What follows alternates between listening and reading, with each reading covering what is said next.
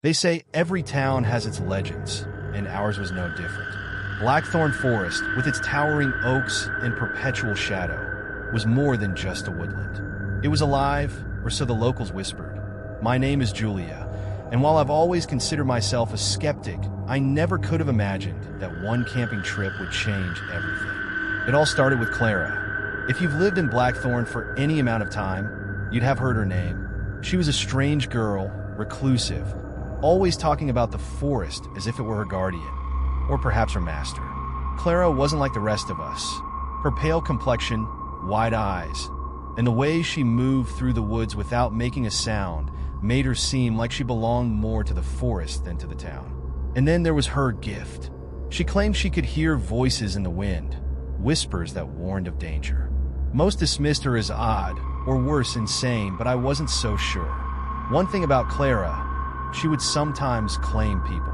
She'd walk up to someone, tilt her head, and say, "The woods have marked you. You're safe now." It was unsettling, to say the least. People laughed it off, but deep down it gave them pause. What did she mean? And what about the rest of us? Those she didn't claim?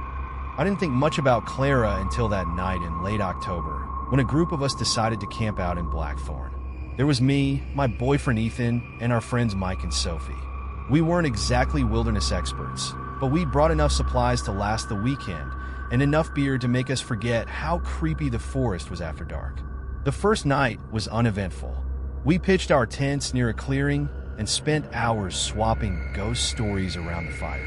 The air was cool, the stars were bright, and for a while, it felt like we'd left the world behind.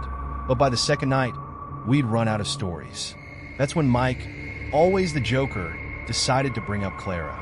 "You know," he said, leaning closer to the fire, "people say if you say her name 3 times, she'll come. Like Bloody Mary, but creepier." Ethan snorted. "What's she gonna do? Whisper us to death?" Sophie shot him a nervous glance. "Don't joke. You know the stories." "Stories," Ethan said, waving his hand dismissively. "Just old town nonsense. Clara's just some weird kid who likes to scare people." I stayed quiet. Part of me agreed with Ethan. Clara was harmless, right? But something about Blackthorn Forest had always unsettled me, and I wasn't eager to tempt fate.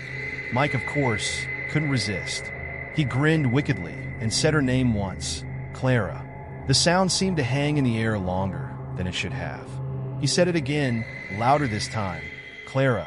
The fire crackled and Sophie flinched. Then, with a theatrical flourish, he said it a third time, "Clara." For a moment, nothing happened.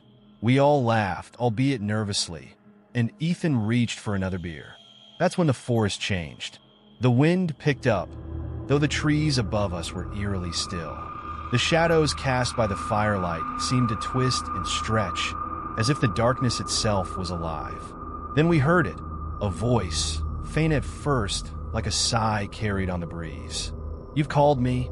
It wasn't loud, but it was unmistakable. We froze, exchanging wide-eyed looks. Sophie was the first to break.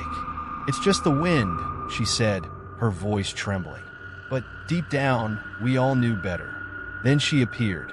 At first, I thought my eyes were playing tricks on me. But no, it was Clara, stepping out from the darkness like she'd always been there. Her long hair moved as if caught in a breeze we couldn't feel, and her eyes, they glowed. Not brightly, but enough to send a chill down my spine. She didn't look angry or even surprised. She looked disappointed. "You shouldn't have mocked me," she said softly, her voice blending with the whispers around us. Then she pointed directly at me. "Run." I didn't need to be told twice. I grabbed Ethan's arm, shouting for the others to follow. We ran blindly into the forest, our flashlights bouncing wildly as branches clawed at our faces and clothes. Behind us, the whispers grew louder, overlapping until they became a deafening roar. I swear I heard my name among them. We didn't stop until we reached the road, our campsite long forgotten. Only then did we realize someone was missing. Mike. By morning, the authorities found him, or what was left of him. A bear attack, they said. It was the only explanation that made sense. But as I stood there, staring at the bloodied remnants of my friend's camping gear, I couldn't shake the feeling that it wasn't a bear. It was the forest. After that night, I couldn't go back to Blackthorn. I moved to the city, far away from the woods and the whispers. But even now, in the quiet hours before dawn, I sometimes hear Clara's voice in my dreams, soft and distant. Run. And I wonder if I'll ever truly be safe. I still hear it sometimes, even now. The faint, haunting whistle that lured us into the woods that summer. People told us the legends, warned us, even, but Ethan and I were too curious, too stubborn to listen. And now, I'll carry the weight of that decision for the rest of my life. It started as one of our usual hikes. Ethan, my younger brother by 2 years, had always been the adventurous one. He loved to challenge the limits, to find places no one else dared to explore. When he heard about the unmarked trail leading to the so-called Whistling Clearing, he insisted we check it out. I was reluctant. Who wouldn't be, after hearing the stories? But he had that way about him, a way of making even the most unsettling idea seem like an adventure worth taking. The trail began like any other. Dense undergrowth, towering trees, the occasional chirp of a bird or rustle of leaves. It was peaceful at first. We joked about the tales of hikers lured by a mysterious whistling sound, their bodies never found. I even teased him about his obsession with the supernatural. But as we went deeper into the woods, the air changed. It felt heavier, like the trees themselves were watching us. Then we heard it. It was faint at first, like a melody carried on the wind. A soft, almost playful whistle. Ethan stopped dead in his tracks, tilting his head to listen. "You hear that?" he asked, his voice tinged with excitement. I nodded, my stomach tightening. Something about the sound felt wrong. "It's probably just the wind," I said, trying to sound casual. But Ethan wasn't buying it. "That's no wind," he said, already moving toward the sound. "Come on, Sarah. Let's find out what it is." I should have stopped him. I should have turned back right then and there. But I didn't. I followed him like I always did. The whistling grew louder as we walked, weaving through the trees like it was alive, guiding us. The sun dipped lower, casting long shadows across the forest floor. My unease grew with every step, but Ethan seemed mesmerized, his pace quickening as if he couldn't bear to lose the sound.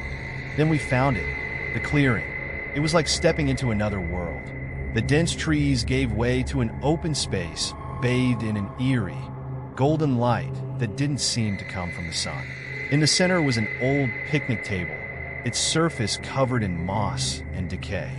The whistling surrounded us now, louder and more melodic, as though the clearing itself were breathing. "Ethan," I whispered, grabbing his arm. "We shouldn't be here." But he didn't respond. He was staring at the table, his eyes glazed over, his expression unreadable. It was like he couldn't even hear me. That's when I saw them, the shadows, flickering at the edges of the clearing, darting between the trees. At first, I thought my eyes were playing tricks on me, but then they started to take shape. Figures, pale and translucent, emerging from the shadows. Their faces were twisted with anguish, their mouths moving in silent whispers. My blood ran cold. "Ethan, we have to go," I said more forcefully this time. But he didn't move. He just stood there, rooted to the spot, his gaze fixed on the table.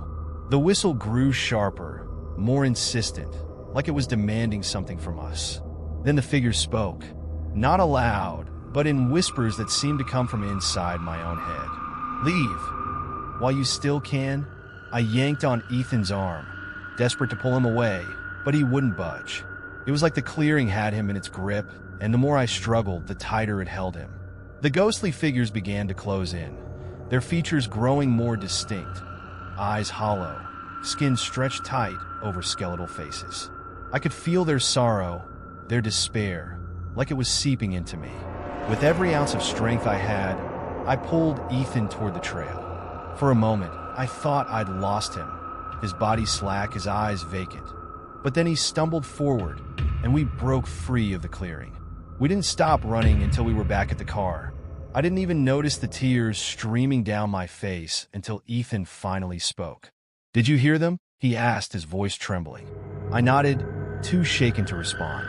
We drove home in silence, the whistling still echoing in my mind. For a while, I thought we were safe. But the forest doesn't let go that easily.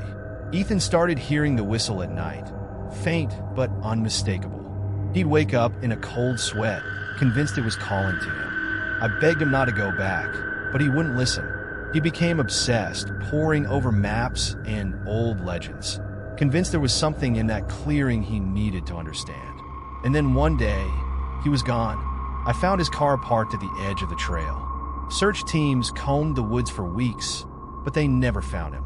I knew where he'd gone, though. Back to the clearing. Back to the whistle. Now, when I close my eyes, I see the clearing. I hear the melody. It's softer now, more distant, but it's there, waiting. I don't know why it let me go when it took Ethan. Maybe it wanted me to remember, to warn others. So, if you ever hear a whistle in the woods, turn back. Don't follow it, because some sounds were never meant to be heard.